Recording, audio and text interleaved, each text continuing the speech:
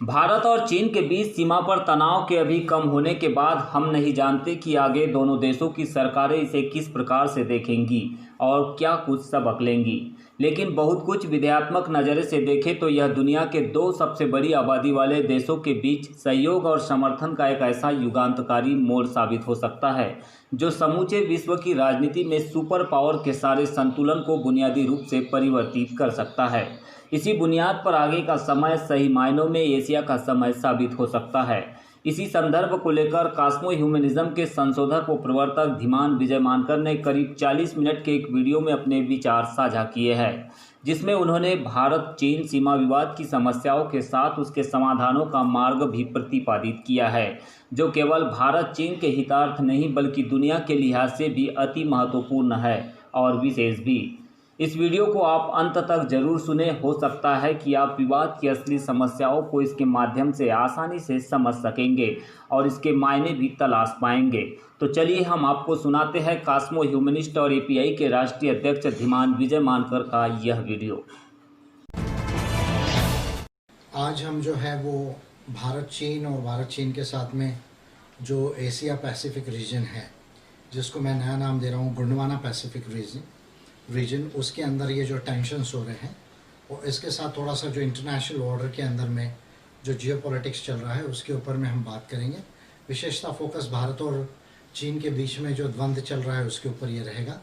और सबसे पहले 15 जून को जो भारतीय सेना के 20 जवान जो है वो शहीद हुए हैं, उनको हम आदरांजलि देते हैं और जो है इस बात को आगे बढ़ाते हैं। इंडिया चाइना का ये जो कॉन्फ्लिक्ट हो रहा है इसका मेजर रीज़न जो है दो मेजर रीजंस हैं। मोटे तौर पर अगर देखा जाए तो हमें ये लगता है कि ये बेसिकली जो लंबी बॉर्डर है, लगभग 4056 किलोमीटर की जो बॉर्डर है, वो उसका जो डिस्प्यूट है, लाइन ऑफ एक्चुअल कंट्रोल का जो डिस्प्यूट है, उसका जो सेटलमेंट नहीं हुआ इंस्पाइट ऑफ द फैक्ट कि बॉर्डर पीस एंड ट्रैंक्विलिटी जो है एग्रीमेंट 1993 में हुआ नरसिम्हा राव जी के पीरियड में, जब प्राइम मिनिस्टर थे नरसिम्हा राव। लेकिन उसके बावजूद जो है अभी तक एलएसी जो है उसका फाइनल सेटलमेंट जो है, लाइन ऑफ एक्चुअल कंट्रोल का जो फाइनल सेटलमेंट है, उसकी जो डिमार्केशन है, उसकी जो बाउंड्री को जो है वो डिमार्केट करके, नेचुरल बाउंड्रीज को डिमार्केट करके इंटरनेशनल बाउंड्री का उसका जो स्टेटस दिलाना है, वो जो है क्लियर ना होने की वजह से ये डिस्प्यूट जो है वो बार बार होता है। हमने देखा कि पहले डोकलाम में हुआ था, अभी गलवान में हुआ, फिर पेंगोंग सो लेक में जो फिंगर 8 से फिंगर 4 तक का जो एरिया है उसमें डिस्प्यूट हुआ, फिर डेप्साम में हुआ, डेप्साम के साथ में हॉट स्प्रिंग्स में हुआ। ये जो लद्दाख का जो रीजन है, बेसिकली ये जो बॉर्डर है इंडिया और चाइना का, इसके 3 रीजन्स है।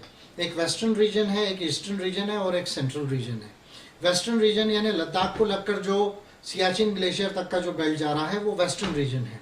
ईस्टर्न रीजन जो अरुणाचल प्रदेश और सिक्किम का बेल्ट है उसको ईस्टर्न रीजन कहा जाता है। और जो सेंट्रल रीजन है, जो हिमाचल प्रदेश और बिहार को, जो नेपाल को लग के जो पोर्शंस के बॉर्डर्स आती है, उसको सेंट्रल रीजन कहा जाता है। अभी ये जो मेजर डिस्प्यूटेड जो रीजन है, वो मेजर डिस्प्यूटेड जो रीजन्स है वो बेसिकली वेस्टर्न रीजन है और ईस्टर्न रीजन है। अब ये 2 रीजन्स में डिस्प्यूट इसलिए क्योंकि चाइना हरदम जो है वो अरुणाचल प्रदेश पर अपना क्लेम करते रहा है, सिक्किम के कुछ पोर्शंस पर क्लेम करते रहा। एक बीजेपी के सांसद ने अभी ये कहा कि एक डिस्ट्रिक्ट में जो है सुकिरेसी, कुछ डिस्ट्रिक्ट में जो है चाइना जो है वो एलएसी के अंदर आया। और ये जो पोर्शन है, जो लद्दाख का जो पोर्शन है, जो जब हमने लद्दाख को यूनियन टेरिटरी बनाई जम्मू कश्मीर के साथ में 370 को और 335A को जब हमने अबॉलिश किया इंडियन पार्लियामेंट ने, और जब उसके बाद उसको यूनियन टेरिटरी बनाई, उसके बाद में जो है चाइनीज जो आर्मी है, जो पीएलए है, पीएलए जो है ज़्यादा एक्टिव हुई है। और लद्दाख का जो पोर्शन है वो इसलिए सेंसिटिव है, चाइना के लिए इम्पोर्टेंट है, क्योंकि वहाँ अक्साई चीन है जो 1962 में चाइना ने जो है वो ऑक्यूपाई किया था। और ये जो पूरा बेल्ट है वो तिब्बत से लग के है।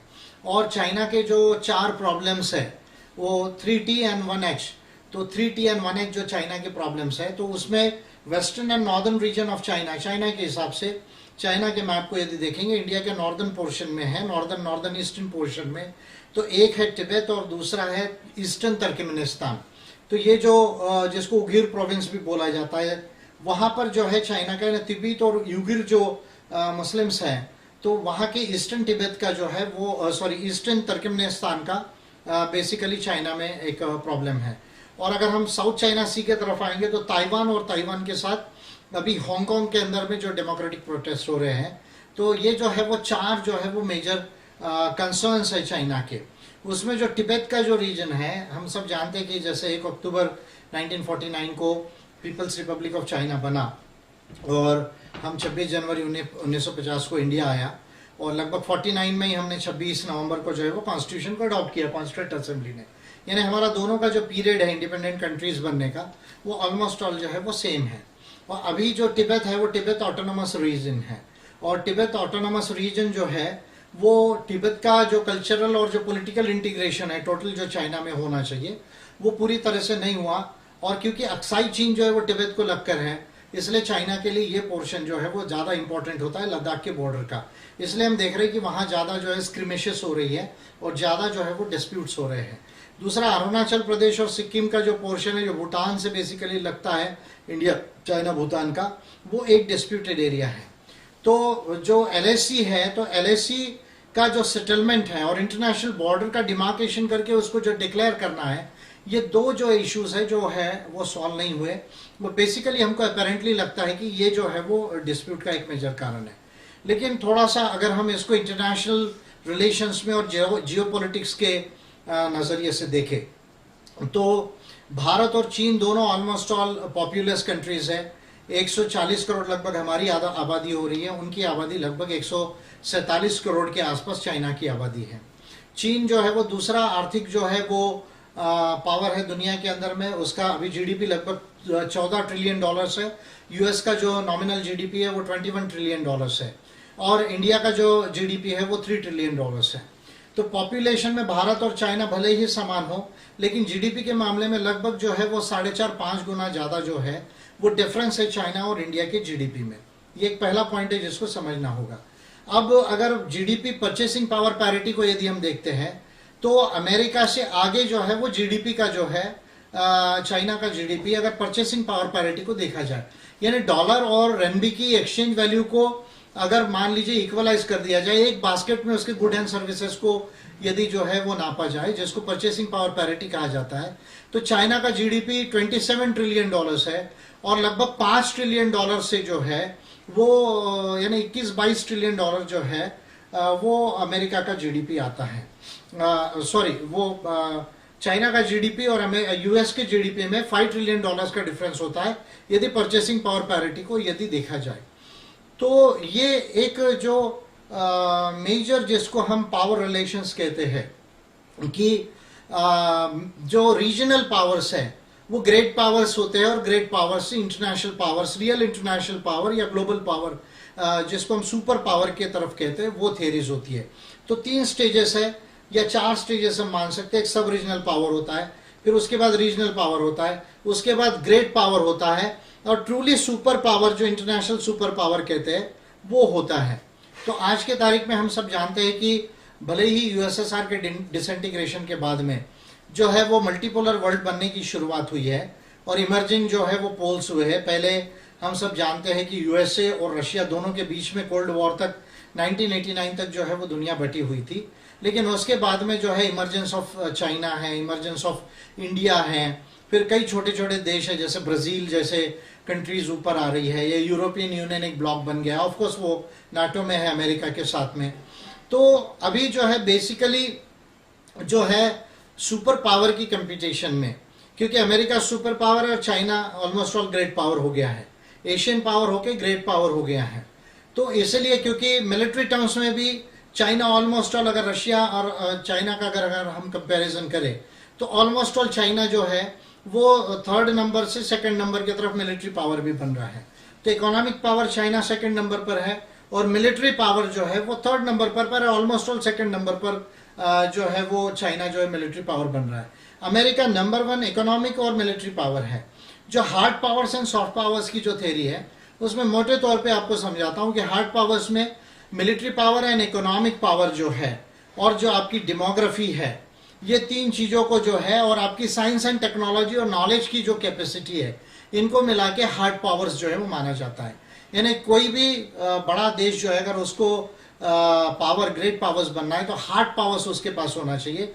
हार्ड पावर्स यानी उसकी पॉपुलेशन बड़ी अच्छी होनी चाहिए, उसकी टेरिटरी और पॉपुलेशन अच्छा होना चाहिए। दूसरी, उसकी knowledge and science and technology के जो इंस्टीट्यूशंस और कैपेसिटी है, जिसको हम ह्यूमन डेवलपमेंट या ह्यूमन कैपिटल कह सकते हैं, वो स्ट्रांग होना चाहिए। उसके साथ में उसकी इकोनॉमी बहुत स्ट्रांग होना चाहिए। और चौथा जो है, उसका मिलिट्री पावर जो है वो स्ट्रांग होना चाहिए। अब मैं मिलिट्री पावर पे जब आ रहा हूं तो डोमेन्स ऑफ मिलिट्री पावर भी मैं आपको शॉर्ट में बताना चाहूंगा। पहले लैंड, सी एंड एयर, ऐसे 3 डोमेन्स ही मिलिट्री पावर में माने जाते थे। लेकिन अभी लगभग 6 डोमेन्स और उसमें 7वां जो है, जिसको डिटरेंट पावर्स कहा जाता है, वैसे 7 डोमेन्स जो है वो वॉरफेयर के हुए हैं। कौन से 7 डोमेन्स है वॉरफेयर के, इसको समझने की जरूरत है। एक मिलिट्री यानी लैंड, दूसरा एयर, तीसरा सी, ये 3 है। लेकिन इसमें अभी 3 और एडिशन है। एयर के साथ एरोस्पेस आया है, क्योंकि हम सब जानते हैं कि हमारा जितना कम्युनिकेशंस है वो कम्युनिकेशंस जो है वो सैटेलाइट से जुड़ा हुआ है, और सैटेलाइट्स जो है वो स्पेस के अंदर में है। तो एयर एंड एरोस्पेस यानी स्पेस तक के जो है वो डोमेन ऑफ वॉर हो गया है। क्योंकि आपका कोई भी कम्युनिकेशन सिस्टम है, चाहे आपका मिसाइल्स हो या चाहे आपके और भी कोई वेपनरी हो या मूवमेंट ऑफ लैंड फोर्सेस हो, जब तक सैटेलाइट पोजीशनिंग से आपको डेटा नहीं मिलेगा, करेक्ट इंफॉर्मेशन नहीं मिलेगी, तब तक आप गाइड नहीं कर सकते कि आपके मिलिट्री को किधर मूव होना है या मिसाइल्स को किधर मूव होना है। तो अभी एयर के साथ एरोस्पेस यानी स्पेस एक डोमेन हो गया है। फिर सी के साथ अंडर सी यानी सी के जितने डेप्थ तक जो है वो एक डोमेन हो गया है, क्योंकि वहां पर भी बहुत सारे हथियार जो है वो छुपा कर रखे गए हैं। और उसके साथ में जो है cyber and artificial intelligence and genetic engineering, क्योंकि एक्सोस्केलेटन्स जो है ये भी जो है अभी सैनिकों के लिए बनाए जा रहे हैं। तो साइबर वॉरफेयर, उसके साथ आर्टिफिशियल इंटेलिजेंस का यूजेज एंड एक्सोस्केलेटन्स, ये एक जो है 6वां डोमेन हो गया है। और कन्वेंशनली जिसको सबसे लास्ट डिटरेंट माना जाता है, न्यूक्लियर पावर, उसको हम 7वां डोमेन समझ सकते हैं, जिसको मैट भी कहा जाता है, म्यूचुअल अश्योर्ड डिस्ट्रक्शन कहा जाता है, जिसको कोई कंट्री जो है वो यूज करना नहीं चाहती, वो that is the last option जो है वो। और इसके साथ केमिकल एंड बायोलॉजिकल वॉरफेयर को भी जो है वो आप जोड़ सकते हैं। तो वर्चुअली 7 डोमेन्स ऑफ वॉर हो गए हैं।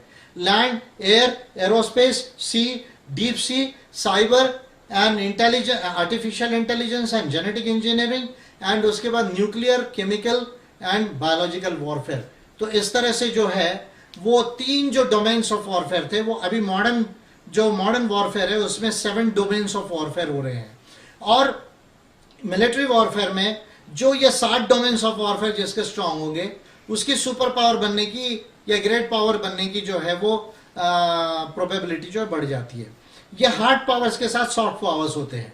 क्या सॉफ्ट पावर्स होते हैं कि वो आपकी नेशनल लीडरशिप कैसी है, और आपका as a country international institutions में इंटरनेशनल लीडरशिप क्या है, आपके नॉर्म्स क्या है, नॉर्म्स यानी आप डेमोक्रेटिक कंट्री है या नॉन डेमोक्रेटिक कंट्री है, और साथ में आपकी डिप्लोमेसी कैसी है, और आपका जो है वो रूल बेस्ड सिस्टम कैसा है कंट्री में, और वर्ल्ड लेवल के ऊपर में आप कैसे रूल बेस्ड काम करते हैं। तो इनको सॉफ्ट पावर्स कहा जाता है। तो किसी भी कंट्री को अगर ग्रेट पावर या सुपर पावर बनना है, तो ये hard power and soft power के जो पैरामीटर्स है, वो कंट्री जितनी आगे जाएगी उस तरह से वो ग्रेट पावर या सुपर पावर बनती है। अगर इन पैरामीटर्स को यदि हम अभी देखें, और उसमें अगर इंडिया और चाइना को यदि हम एक मोटे तौर पर कंपेयर करें, तो हम ये देख रहे हैं कि चाइना ऑलरेडी ग्रेट पावर बन चुका है। India regional power, south Asia का सब रीजनल पावर है। लेकिन इंडिया जिस तरह से हम लोग अभी डेवलपमेंट के तरफ जा रहे हैं, या हमारी जो फॉरेन पॉलिसी और डिफेंस पॉलिसी हो रही है, तो आने वाले 15-20 सालों में हम ग्रेट पावर हो सकते हैं, प्रोवाइडेड हम उस तरह का जो मैंने हार्ड पावर और सॉफ्ट पावर्स बोले उनको जो है हम डेवलप करें, और इंटरनेशनल रोल को यदि हम प्ले करें, तो इंडिया भी आने वाले समय में 15-20 सालों में जो है वो ग्रेट पावर बन सकता है। उसके बाद में सुपर पावर की जो प्रोसेस है वो आफ्टर 2050 क्या होगी, वो बाद की स्टेप्स के ऊपर डिपेंड है।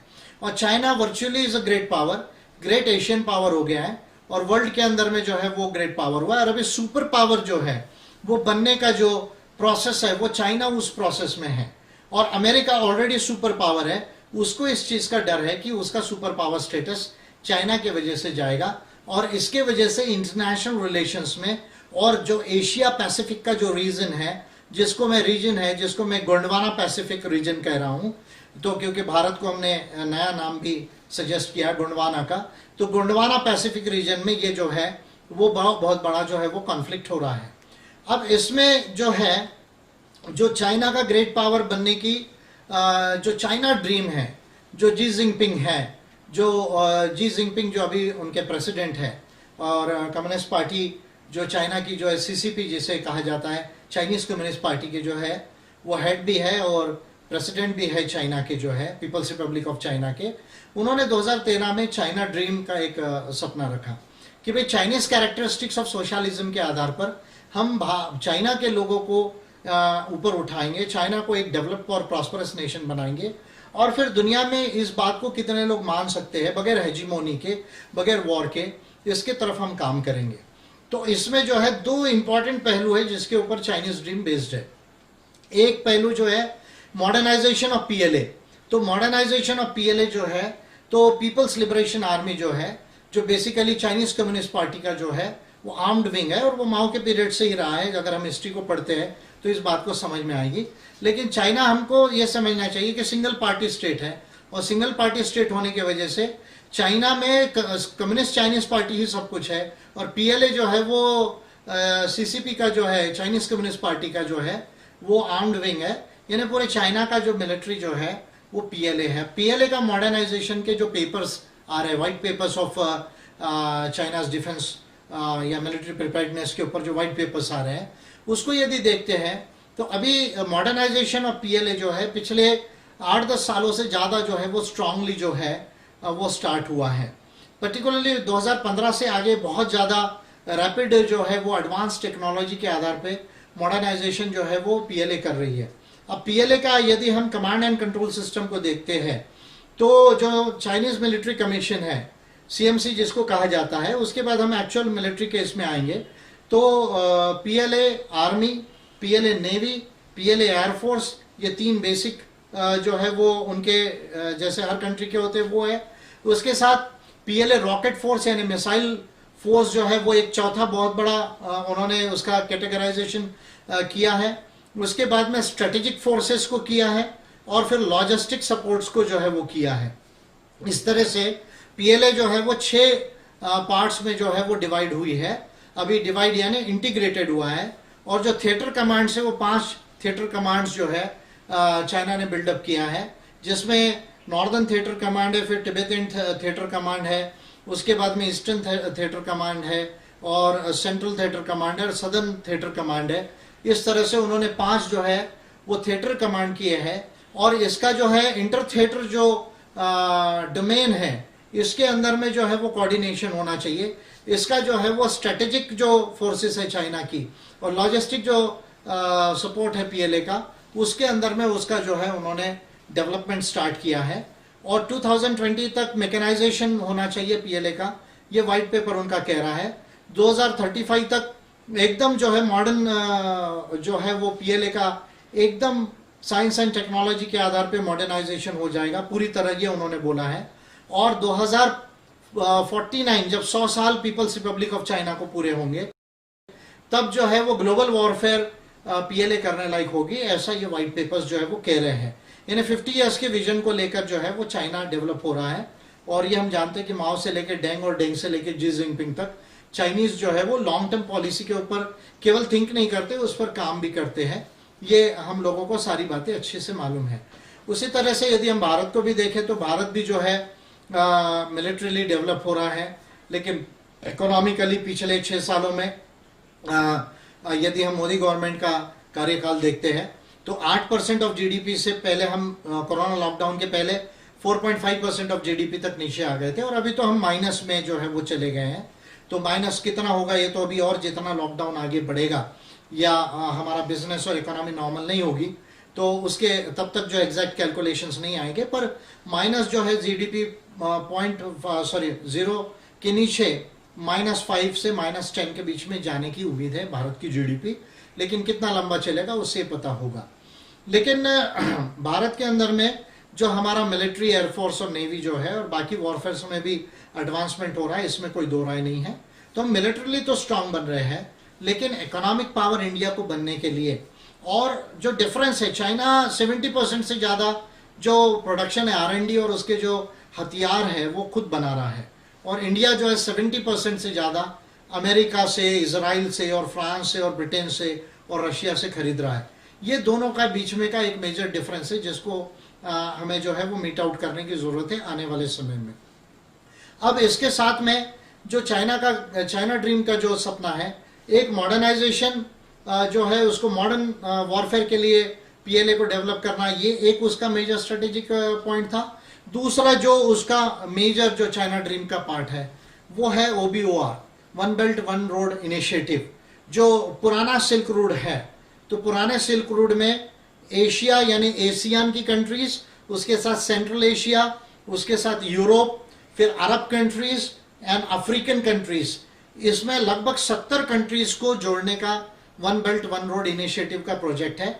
और उसमें से पर्टिकुलरली पाकिस्तान के साथ में CPEC, China Pakistan economic corridor जो है, जो गिलगिट पाकिस्तान के एरिया से, पाक ऑक्युपाइड कश्मीर जिसको हम कहते हैं, वहां से वो रोड निकलकर गवादर पोर्ट तक जा रहा है। और गवादर पोर्ट जो है वो पर्ल्स ऑफ स्ट्रिंग जो है, वो जो समुद्र यानी एक ये जो one belt one road initiative है वो जा रहा है लैंड रूट जो है, और दूसरा जो जा रहा है समुद्र के माध्यम से, जो साउथ चाइना सी से लेकर जो है वो अफ्रीका तक, और उधर से फिर जो है यूरोप और अमेरिका तक जो है वो जो है अटलांटिक ओशन के तरफ में जो है वो जाएगा। और इसमें जो है हम जानते हैं जैसे हम्बोटा जो श्रीलंका के अंदर में जो है वो एक नेवल बेस जो है चाइना डेवलप कर रहा है। फिर जो है गवादर पाकिस्तान में एक जो है बिजनेस पोर्ट प्लस जो स्ट्रेटेजिक पोर्ट वो होगा मिलिट्री का, वो डेवलप कर रहा है। और हॉन्डुरस में जो है डिस्ब्यूटी में जो है वो चाइना ने एक नेवल बेस को डेवलप किया है। तो चाइना जो है वो नेवल बेसिस को डेवलप कर रहा है ब्लू वाटर नेवी को डेवलप करने की तरफ में, क्योंकि अमेरिका की नेवी बहुत ज़्यादा स्ट्रांग है। तो उसका जो है अगर उसको बैलेंस करना है तो ब्लू वाटर नेवी उसको बनाना पड़ेगा। तो अभी कम से कम 3:1 इतना रेशो अमेरिका के फेवर में है, तो उसको वो ऑफसेट करना चाहता है। उस लिहाज से भी वो blue water navy international oceans में कहीं भी जा सके और कहीं से भी वॉर करने की कैपेबिलिटी हासिल कर सके। इस तरह से उनका डेवलपमेंट चल रहा है। जो मोटा हम जो व्हाइट पेपर्स देख रहे हैं उसको पढ़ने से ये बात हमको समझ में आ रही है। अब इसके साथ चाइना जो थर्ड एक चाइनीज ड्रीम बात कह रहा है, तो वो ये कह रहा है कि भाई जो चाइनीज वर्जन ऑफ सोशलिज्म है, जो बेसिकली यदि हम मार्क्सिज्म को पढ़ते हैं तो ये डायलेक्टिक मटेरियलिज्म है। देखिए, दो महत्वपूर्ण बातें हैं कि चाइना जो आधार पे है वो बेसिकली जिसको साइंटिफिक सोशलिज्म मार्क्स ने कहा, मार्क्सिज्म में कहा जाता है, वो प्लस कन्फ्यूसिज्म में जो हार्मोनी विथ नेचर है या ह्यूमन वर्च्यूज के जो सिद्धांत प्रिंसिपल्स दिए हैं कन्फ्यूशियस ने, उसका जो हार्मोनी है, उसका जो फ्यूजन है, यानी डायलेक्टिक मटेरियलिज्म या साइंटिफिक सोशलिज्म एंड कन्फ्यूसिज्म, इसको मिला के चाइना जो है वो अभी आज डेवलप हुआ है। वो उनका थिंकिंग है, उस तरह का जो है वो उनका साइंटिफिक थिंकिंग ऑफ माइंडसेट है। वो रिलीजन को जो है वो बिलीव नहीं करते, ये एक बात जो है वो दुनिया में क्लियर है। और वो डेमोक्रेसी को भी जो है वो बिलीव नहीं करते, भले वो एक कंसल्टेटिव डेमोक्रेसी के फॉर्म को अडॉप्ट करते हैं, दैट इज, बट उसको हम क्लासिकल सेंस में डेमोक्रेसी नहीं कह सकते, पर वो कंसल्टेशन में बिलीव करते हैं। अब तीसरी जो बात जो चाइना कह रहा है कि भाई जो ये हेजिमोनी है, जो वेस्ट की हेजिमोनी है, पर्टिकुलरली अमेरिका के नेतृत्व में जो वेस्ट की हेजिमोनी है, वो दुनिया में खत्म होना चाहिए, और हेजिमोनी दुनिया में नहीं होना चाहिए, और मल्टीपोलर वर्ल्ड होना चाहिए जिसमें हर कंट्री जो है उसको डेवलपमेंट करने का जो है वो अधिकार हो, और वो जो है हार्मोनी और पीस में दुनिया रह सके। एक व्यू उसने जो है जिसको न्यू वर्ल्ड ऑर्डर बोला जा रहा है, वो न्यू वर्ल्ड ऑर्डर बनाने की बात भी जो है वो चाइना साथ में कर रहा है। तो तीन चीजें मैंने बताई, एक पीएलए का जो है वो मॉडर्नाइजेशन, दूसरा one belt one road initiative, और साथ में सीपेक और पल्स ऑफ स्ट्रिंग। ये एक ही चाइना को बड़ा इकोनॉमिक पावर बनाने का ये प्रोजेक्ट नहीं, साथ में ग्लोबल इंटीग्रेशन कर चाइना के साथ में हो 70 से ज्यादा कंट्रीज का, ये उसके पीछे का थिंकिंग है, और उसके आधार पे न्यू वर्ल्ड ऑर्डर बनाने का थिंकिंग है। तो ये चाइना का जो थिंकिंग है इसको हमें समझने की जरूरत है। अब इस लिहाज से अभी जो इंडिया है, अभी क्योंकि चाइना और इंडिया का एलएसी जो है वो सेटल्ड नहीं है, इंटरनेशनल बॉर्डर डिक्लेयर होके उसका आर्बिट्रेशन जो है होने की जरूरत है ताकि फिर कोई डिस्प्यूट ना हो, और इसको सॉल्व करने में हम लोग अभी तक सफल नहीं हुए हैं। नेहरू जी के पीरियड से ये चला है, और फिर बाद में इंदिरा गांधी के पीरियड में सबसे ज़्यादा ब्राइट इसमें जो है वो चांस था, पर इंदिरा गांधी जी का पीरियड ज़्यादा लंबा नहीं चला जब इनिशिएटिव हुआ, क्योंकि इंदिरा गांधी को डेंग ये चाहते थे कि इंदिरा गांधी चाइना में आए, लेकिन उस समय ये सेटलमेंट नहीं हो पाया एलएसी का। फिर 93 में border and peace and tranquillity agreement Narasimha Rao ji के पीरियड में हुआ, और उसके बाद में जो है छोटे मोटे जो है एग्रीमेंट्स होते रहे, लेकिन उससे पूरा एलएसी का सेटलमेंट नहीं हुआ, और इंटरनेशनल बॉर्डर का जो सेटलमेंट होना चाहिए, तो ये जो है वो दो चीज़ें जो है अनरिजॉल्व है। लेकिन इसके साथ में इंडिया और चाइना का कहीं ना कहीं कॉम्पिटिशन भी चल रहा है। वो इसलिए चल रहा है क्योंकि इंडिया को भी लगता है, और ये नेचुरल एस्पिरेशन है कि भाई हमको भी ग्रेट पावर बनना है, और ये नेचुरल है और ये होने वाला है, तो इसके बीच में कंपटीशन चल रहा है। अब यहाँ पर दिक्कत यह है कि इंडिया की जो फॉरेन पॉलिसी है वो जो है वो चाइना के साथ में जो है मिलकर जो हम एशियन सेंचुरी की बात जो है होने लगी है, और कि भाई जब ब्रिटिशर्स लोग, पोर्चुगीज लोग, फ्रेंच लोग, जब दुनिया में कॉलोनियलिज्म जब था, उसके पहले, कॉलोनियलिज्म के पहले यानी 1950 के पहले लगभग जो है वो इंडिया और चाइना जो है और ईरान, ये तीन कंट्रीज ही ट्रेड में सबसे ज्यादा आगे थी ग्लोबल ट्रेड के अंदर में। लेकिन उसके बाद में जब कॉलोनियलिज्म बढ़ा, वास्को डिगामा और क्रुक्स के जो एक्सपीडिशंस हुए, जो नेवल एक्सपीडिशंस हुए, उसके बाद कॉलोनियलिज्म आया, ब्रिटिश कॉलोनीज बनी, फिर फ्रेंच कॉलोनीज बनी, पोर्चुगीज कॉलोनीज बनी, और इसके बाद में अमेरिकन भी थोड़ी कॉलोनीज थी, इधर जापान की थोड़ी कॉलोनीज थी, चाइना और कोरिया में जापान की कॉलोनीज रही है। तो जब कॉलोनियलिज्म के पहले इंडिया, चाइना एंड ईरान ये तीनों बिजनेस ट्रेड में सबसे ज्यादा आगे थे, लेकिन कॉलोनियलिज्म के बाद में जो है इंडिया और चाइना का डाउनफॉल हुआ। लगभग 100 साल तक चाइना में जो है सब्जुगेशन रहा, ओपियम वॉर्स तक रहा, फिर सिनियट नान जिनको फादर ऑफ चाइनीज नेशन बोला जाता है, वहां से चाइनीज रिवाइवल की जो नेशन की जो है वो शुरुआत हुई, फिर माओ का पीरियड है, और फिर डेंग, और फिर अभी जी जिनपिंग का ये पीरियड है। हमारे देश में हमने देखा कि आज़ादी का आंदोलन चला, फिर संविधान बना, और वहां से लेके फिर इंडिया का एक मार्च है। अब ये जो सिनारियो है उसमें इंडिया जो है वो चाइना के साथ मिलके जो एशियन सेंचुरी का जो सपना है उसको शेयर नहीं कर पा रहे हैं। हम जो है अभी भी जो है ये जो है नहीं सोच पा रहे कि भाई हम एशियन सेंचुरी में China and India can be equal partners in the Asian century. ये बात जो है अभी तक, या एशियन यूनियन की जैसी जो बात है, जैसे यूरोपियन यूनियन हुआ है, वैसे एशियन यूनियन की बात जो है वो अभी तक हम कंसेप्चुअलाइज नहीं कर पा रहे हैं।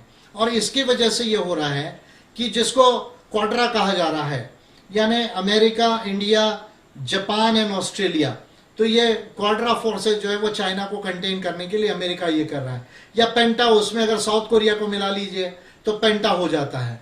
उसके साथ अगर चाइना का काउंटर स्ट्रेटेजी देखे तो उसका क्वाड्रा हो जाता है China, Pakistan, Iran and central Asian countries जो है वो उसका हो जाता है, साथ में नॉर्थ कोरिया को मिला लीजिए आप। तो इस तरह से चाइना को कंटेन करने के लिए अमेरिका क्वाड्रा पेंटा बनाने में लगा हुआ है, इंडिया उसका पार्ट है। चाइना उसको काउंटर करने के लिए नॉर्थ कोरिया के साथ में फिर central Asia, Pakistan and Iran को जो है वो मिलाने की कोशिश कर रहा है। तो इस तरह से जो है चाइना और अमेरिका के बीच में जो वन अपमैनशिप है सुपर पावर बनने की, तो उसका कॉन्फ्लिक्ट हो रहा है, और इंडिया उसमें जो है वो अमेरिका के साथ में है। ये क्लियर जो है वो पॉलिसीज प्रोक्लेम्ड है। हम उसके साथ में जो है वो स्ट्रेटेजिक पार्टनरशिप्स कर रहे हैं अमेरिका के साथ में, और ये जो है वो मेजर जो है वो कॉन्फ्लिक्ट का रीजन है जो जिसे हमें समझने की जरूरत है। अब यहाँ पर हमें यह सोचना है कि इंडिया एशियन सेंचुरी का जो ड्रीम है उसमें क्या हम चाइना के साथ मिलकर एक इक्वल पार्टनर बन सकते हैं, और अगर ऐसा होता है तो आधे से ज्यादा दुनिया की जो आबादी है जो यूरेशिया में रहती है, बेसिकली एशिया में रहती है, दुनिया की आधे से ज्यादा आबादी, और जो सही मायने में पीछे है क्योंकि एशियन कंट्रीज पीछे है, तो इनका डेवलपमेंट होने में at par with the west जो है वो वेस्ट ऑलरेडी डेवलप्ड रीजन है, तो यूरोप हो या नॉर्दर्न अमेरिका हो पर्टिकुलरली, वो ऑलरेडी डेवलप्ड है। तो उनके पार पर सिविलाइज्ड लाइफ में जो स्टैंडर्ड ऑफ लाइफ ऊपर आए उसको लेकर जो है क्या we should share the Asian dream of the 21st century, we have to decide upon this, or we should become a secondary partner of the US to contain China. But अभी देखिए आप पूरी दुनिया चाइना की बात कर रही है, हम चाइना की बात कर रहे हैं, अमेरिका चाइना की बात कर रहा है, और बाकी कंट्रीज भी चाइना की बात कर रही है, तो it is being indirectly recognised that China is already a global power and to become a superpower today or tomorrow, it's a matter of another decade or 2 decades or so. Economic power में तो 2030 में China nominal GDP में US को cross करेगा, military power में almost all 2040 तक जो है वो चाइना जो है वो क्रॉस कर लेगा यूएस को। तो चाइना का राइज जो है, अगर इंटरनेशनल वर्ल्ड वॉर 3 नहीं होता है और जो होना नहीं चाहिए, तो China will become a global power, truly international power, super power तो चाइना बनेगा। यूएस में रिमेन अगर वो रहता है, वो ठीक से अपने कंट्री को डेवलप करता है hard power and soft powers में, तो यूएस ऑलरेडी है, it will be able to retain, और इंडिया जो है वो ग्लोबल पावर बनेगा और 2050 के बाद हो सकता है सुपर पावर की तरफ में भी इंडिया का भी जो है वो मार्च हो सकता है। बट अगर हम ये कॉन्फ्लिक्ट में चले जाते हैं तो इस कॉन्फ्लिक्ट में ये हो सकता है कि ये लाइकलीहुड है कि इंडिया चाइना के बीच में जो आर्म्ड कॉन्फ्लिक्ट है वो बढ़ सकता है, और अगर आर्म्ड कॉन्फ्लिक्ट इंडिया चाइना के बीच में बढ़ता है तो वो बहुत डिवास्टेटिंग होगा। केवल एशिया के लिए डिवास्टेटिंग नहीं होगा, पूरे दुनिया के लिए भी डिवास्टेटिंग हो सकता है। उसमें कौन कंट्री जीतेगी कौन नहीं जीतेगी, ये जो पागलपन है कि उन्होंने 20 मारे हमने 40 मारे, ये जो पागलपन है ये वो काम नहीं करने वाला है। जब एक्चुअल वॉर होता है तो उसको कोई विन नहीं करता है, क्योंकि इतना ज्यादा मॉडर्न जो है वो वेपन्स है, हमारे पास भी सुपरसोनिक वेपन्स है, हमारे पास भी न्यूक्लियर वेपन्स है, आज हमारे पास भी स्पेस में सैटेलाइट्स है, और हमारे पास में भी जो है वो हमारी नेवी जो है वो कम से कम इंडियन ओशन में बहुत स्ट्रांग है, हमारी एयरफोर्स लगभग 4थे नंबर की जो है वो दुनिया में मानी जाती है, आर्मी हमारी मानी जाती है। और चाइना के पास में हाइपरसोनिक वेपन्स है, उनका खुद का जीपीएस सिस्टम जो है बेड्यूइन जो जीपीएस सिस्टम है जो अभी 2020 में लॉन्च होने जा रहा है, और उसके पास में साइबर वॉरफेयर में चाइना बहुत ज़्यादा आगे है, उसके पास भी न्यूक्लियर वेपन्स है। तो इसमें यह कह लेना कि भाई ये युद्ध हो जाएगा और इसको कोई भी कंट्री जीत जाएगी, मैं समझता हूं कि ये ठीक नहीं है। ये लेह में जाके सुदर्शन चक्र वगैरह की बात करना और वीरता की बात करना एक धर्म ग्रंथ के सार से या उपदेश से, मैं समझता हूं कि ये वास्तविक नहीं है। मोदी जी को ये जो कह रहे थे लेह में जाकर कि सुदर्शन चक्र घूमेगा और फिर बाद में जो है वीरता से हम जो है पराक्रम कर लेंगे, और ये सारा जो उनकी जो बात है युद्ध की, तो ये कभी भी जो है वो युद्ध से किसी चीज का समाधान दुनिया में कभी नहीं हुआ है, ना महाभारत काल में हुआ है ना सेकंड वर्ल्ड वॉर तक हुआ है। तो इस बात को मोदी जी ने ठीक तरह से समझ लेना चाहिए। और ये वॉर ऐसा है कि ये वॉर को कोई जीत नहीं पाएगा, क्योंकि वॉर में इतने ज्यादा डिस्ट्रक्टिव वेपन्स है कि अगर वो चला दिए जाए तो इंसान को मारने के लिए कोई जो है वो ज्यादा देर नहीं लगती है, क्योंकि इलेक्ट्रोमैग्नेटिक स्पेक्ट्रम के भी जो है वो आज हथियार हैं, लेजर के हथियार हैं, उसके बाद में फिर साइबर वॉरफेयर में बहुत सारा जो है वो हथियार है, और न्यूक्लियर हथियार तो है, और साथ में बायोलॉजिकल और केमिकल वेपन्स भी जो है उसको भी कंट्रीज यूज कर सकती है। तो मैं समझता हूं कि ये कोई कन्वेंशनल वॉर नहीं होगा जो पहले हुआ करता था। तो इसलिए युद्ध हो जाए और युद्ध में भारत जीत जाए या चीन जीत जाए, ये दोनों संभव नहीं है। और मैं समझता हूं कि पाकिस्तान भी इधर में है, चाइना भी इधर में है, और ये बड़ा डिवेस्टेटिंग वॉर हो सकता है जिसमें भारत के साथ बाकी ये दोनों कंट्रीज भी डिस्ट्रॉय हो सकती है। एशिया में बहुत बड़ा इसका रेपरकेशन हो सकता है और वर्ल्ड में भी रेपरकेशन होगा। तो मैं समझता हूं कि इसमें इंडिया की फॉरेन पॉलिसी जो है उसको समझदारी लेने की जरूरत है, और क्योंकि चाइना का राइज इनएविटेबल है, इंडिया का राइज भी इनएविटेबल है, अमेरिका और वेस्ट अगर अच्छे से करे तो वो मेंटेन कर सकते हैं। तो मुझे ऐसा लगता है कि अम्बेडकराइट पार्टी ऑफ इंडिया से हमारा ये क्लियर व्यू है कि हमको इस ग्लोबल कॉन्फ्लिक्ट में ना जाते हुए हमको अपने कंट्री को जो है hard powers and soft powers में डेवलप करना चाहिए। बेसिकली जो है, देखिए हम हांगकांग के ऊपर बात करते हैं, ठीक है, अच्छी बात है, ह्यूमन राइट्स के वायलेशंस की बात कहीं पर भी हम बात कर सकते हैं, पर हमने कश्मीर में 6 महीना 8 महीना जो है जब 370 और 335 एक हटाया तो वहां पर जो है हमारे ह्यूमन राइट्स के वायलेशंस हुए, हमारी सुप्रीम कोर्ट ने तक उसके तरफ में ध्यान नहीं दिया। फिर बाद में जो है हमारे देश में कास्ट डिस्क्रिमिनेशन इतने बड़े पैमाने पर है, दलित्स के साथ में, आदिवासियों के साथ है, पिछड़ों के साथ है, माइनॉरिटीज के साथ में, श्रमिकों के साथ में, महिलाओं के साथ में है। तो ये ह्यूमन राइट्स के वायलेशन है, क्या हमको उस पर ध्यान नहीं देना चाहिए? अभी यूएस में हमने देखा कि यूएस के अंदर में रेसिज्म का मुद्दा इतना बड़ा जो है वो फ्लॉयड के मर्डर के बाद में जो है बड़े पैमाने पर इमर्ज हो रहा है, और वहाँ स्टैचूज गिराए जा रहे हैं। किस लिए स्टैचूज गिराए जा रहे हैं? क्योंकि उसको माना जा रहा है कि कॉलोनियल माइंडसेट से जो है वो लीडर्स ने काम किया है। तो मैं ये समझता हूँ कि जब हम ह्यूमन राइट्स की बात करते हैं तो ह्यूमन राइट्स केवल हांगकांग में अप्लाई नहीं होता है, वो भारत में कास्ट डिस्क्रिमिनेशन पर भी अप्लाई होता है 100 करोड़ लोगों पर। और फिर वो रेसिज्म का मुद्दा है तो अफ्रीकन अमेरिकन पर भी जो है लागू होता है, और रेड इंडियंस पर भी लागू होता है अमेरिका के अंदर में जो है वो। तो जो है या लैटिनोस के अंदर भी ऊपर भी लागू होता है जो यूएस में हो रहा है। तो मुझे ऐसा लगता है कि भाई भारत ने डबल स्टैंडर्ड्स को नहीं अडॉप्ट करना चाहिए, एक यूनिफॉर्म डिफेंस पॉलिसी को बनाना चाहिए, और इम्पॉर्टेंट है कि फॉरेन पॉलिसी को बनाना चाहिए, और जो हमारा विजन है उसको दुनिया को शेयर करना चाहिए। अगर चाइना कहता है कि भाई हम चाइनीज सोशलिज्म के कैरेक्टरिस्टिक्स पर मॉडर्न चाइना, डेवलप्ड चाइना को बनाकर हम दुनिया को एक मॉडल देना चाहते हैं, तो हम अपना एक मॉडल डेवलप करें कि भाई हम जो है वो डेमोक्रेसी के आधार पर जो है, ह्यूमन राइट्स के आधार पर, रूल ऑफ लॉ के आधार पर हम जो है वो दुनिया को क्या दे सकते हैं, दुनिया को कैसे बेटर बना सकते हैं।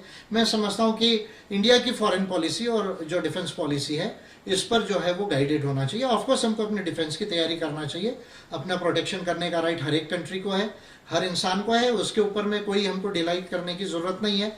लेकिन आप देखिए अभी मिलिट्री के होड़ में आखिरी में हम आर्म्स को इतना ज्यादा खरीद रहे हैं, इतना ज्यादा प्रोडक्शन हो रहा है, आखिरी में इसका फायदा किसको हो रहा है? जो आर्म्स बनाने वाली इंडस्ट्रीज है उनको हो रहा है, कोई कॉमन व्यक्ति को इसका फायदा तो नहीं हो रहा है। कई वो पैसा एजुकेशन में, एम्प्लॉयमेंट में, हेल्थ में, हाउसिंग में, सोशल सिक्योरिटी में जो है वो पैसा लग सकता है, उसका एक पोर्शन उसमें नहीं लग रहा। अल्टीमेटली जो है बड़ी जो मल्टीनेशनल जो आर्म्स को बनाती है उनको जो है वो पैसा इसका शेयर जा रहा है।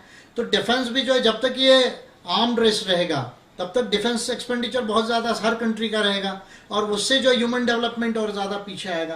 तो इंडिया को जो है वो इस बात पर सीरियसली सोचना चाहिए। अम्बेडकराइट पार्टी ऑफ इंडिया का ऑफिशियल व्यू है कि हम एशियन ड्रीम को जो है वो शेयर कर सकते हैं चाइना और बाकी कंट्रीज के साथ। ऑफकोर्स हम भी ग्लोबल पावर बनने के रास्ते पर हैं, और चाइना को इसको एग्री करना होगा, वेस्ट को इसको एग्री करना होगा। और अमेरिका चाइना का ये जो कॉन्फ्लिक्ट है वन अपमैनशिप का, सुपर पावर के, इसमें हमको नहीं जाना चाहिए। अमेरिका और चाइना से हमको न्यूट्रल रहना चाहिए, और एशियन ड्रीम को जो है वो शेयर करना चाहिए अपनी सिक्योरिटी को मेंटेन करते हुए। और यदि हमको 21वीं शताब्दी में सही में राइज होना है तो देखिए आप ये जो एक धर्म का जो सार दे रहे हैं या हिंदुत्व की जो बात बता रहे हैं, इससे ये नहीं होगा। या कोई और धर्म की बात कर रहे हैं, फिर और कोई उपदेश की बात आप कर रहे हैं, या कोई सूत्र की बात कर रहे हैं, उससे ये बात नहीं होगा। कॉस्मो ह्यूमैनिज्म से इसका समाधान आ सकता है। और जब मैं कॉस्मो ह्यूमैनिज्म कह रहा हूं तो शॉर्ट में 3 बातें कह रहा हूं। एक, साइंस, टेक्नोलॉजी एंड इनोवेशन, ये सबसे महत्वपूर्ण बात है। दूसरा, ह्यूमैनिज्म, यानी हमको जो है साइंस, टेक्नोलॉजी एंड इनोवेशन में सबसे बड़ा जो है वो पावर बनना होगा। और अगर वो पावर बनना है तो कोई हम इधर का मैन्युफैक्चरिंग, उधर का मैन्युफैक्चरिंग, इधर का एग्रीमेंट, उधर का एग्रीमेंट करके केवल नहीं हो सकते सुपरफिशियली। भारत की 1% से ज्यादा आबादी को साइंस एंड टेक्नोलॉजी के अंदर में, R&D के अंदर में जाना होगा। इसका अर्थ बिल्कुल स्पष्ट है कि भारत के एजुकेशनल सिस्टम प्राइमरी लेवल से लेके जो हायर एजुकेशन है और रिसर्च तक का जो है, उसमें साइंस एंड टेक्नोलॉजी को बड़े प्रखरता से पढ़ाने की जरूरत है। और जो धर्म के आधार पर इंडिया की संकल्पना अभी तक चली वैदों के समय से, उसको हमको डिस्कार्ड करना पड़ेगा कि धर्म से इसका समाधान नहीं आएगा, इसका समाधान विज्ञान से आएगा। ये पहली बात को हमें ध्यान में लेने की जरूरत है। दूसरी, हमारी जो पॉलिसी है वो मानवता के आधार पर होना चाहिए। और जब हम मानवता कह रहे हैं तो भारत के 140 करोड़ लोग ये मानव हैं, irrespective of colour, creed and community and state and language and all those things. और उसका हर एक का जो है हम ह्यूमन डेवलपमेंट कैसे करें, जिसको मैं बेसिकली E4H2S2R2 कहता हूं, बार बार कहता हूं। Education, employment, entrepreneurship, endowments, health, housing, skills, social security, representation, and जिनको जरूरत है उनके लिए रिजर्वेशन। तो ये जो पॉलिसीज है जिसमें ह्यूमन डेवलपमेंट और ह्यूमन कैपिटल हो सकता है। हिंदू मुस्लिम का झगड़ा, जातियों का झगड़ा, फॉरवर्ड बैकवर्ड का झगड़ा, इसको जो है वो इंडिया को छोड़ना पड़ेगा। केवल मानवतावाद के आधार पर भारत में कोई भेदभाव ना हो, डिस्क्रिमिनेशन ना हो, इसकी पॉलिसीज बनानी पड़ेगी। और हर इंडियन को उस लेवल पर लाना होगा। केवल अंबानी के या अडानी के या टाटा के कुछ लोगों के ऊपर आ जाने से जो है ये बात नहीं होगी। ऑफकोर्स कुछ कंपनीज बड़ी रहेगी, छोटी रहेगी, वो अलग बात है, पर वो जो डेवलपमेंट है उसमें शेयर हर इंडियन का हो, ये जो है वो मॉडल इंडिया को डेवलप करना पड़ेगा। इन्हें एक तरह का नया इकोनॉमिक मॉडल जो प्रैग्मेटिक हो, जो ह्यूमैनिस्टिक हो, जो सस्टेनेबल हो, उसको भी बनाने की जरूरत है।